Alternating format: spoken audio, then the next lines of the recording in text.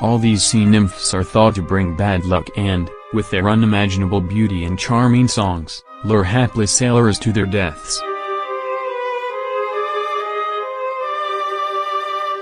The red-haired Ariel at Hans Christian Andersen's beloved tale The Little Mermaid might have been a self-sacrificing creature, but most legends throughout the world portray mermaids as deceptive and dangerous.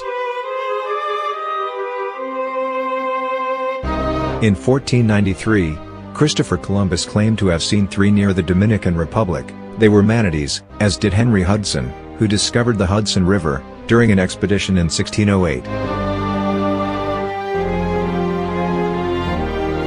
Mermaids are mythical, of course, created perhaps by idleness on long sea expeditions or hallucinations caused by deprivation and years of being trapped in a watery prison.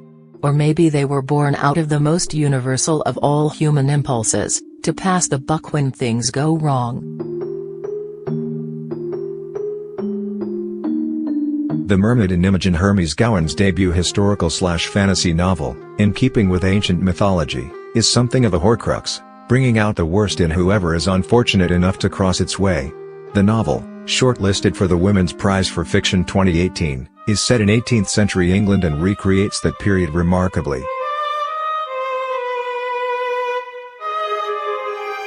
A respectable widowed merchant's world is upended when he finds himself the owner of a dead mermaid, the first of 2 to appear in the book, and decides to make money by exhibiting her across town. The mermaid puts him in the path of Angelica Neal, an accomplished courtesan in a not-so-respectable part of Deptford, who has just lost her longtime patron and is in search of new amusements. If the first mermaid brings this unlikely couple together, the second one, who appears later and is alive, seeks to destroy their hard-earned bliss. The narrative moves somewhat slowly in the first of the 3 sections that make the book, as Gowan takes her time introducing and fleshing out with care the many characters that populate her novel.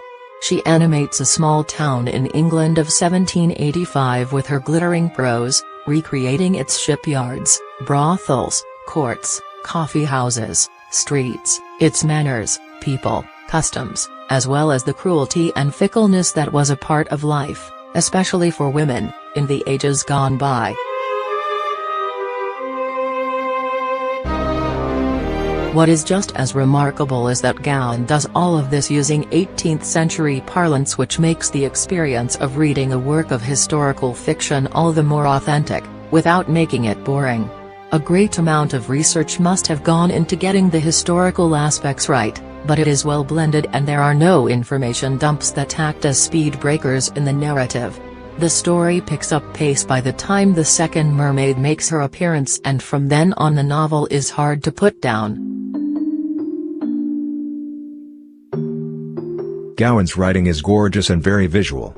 There is a particular scene in the book where the courtesan, Angelica, and her housekeeper, are moving a table across the room, and as you read you can almost hear them do so.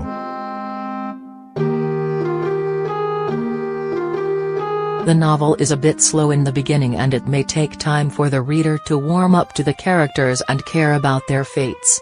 But once you are invested, it is hypnotizing.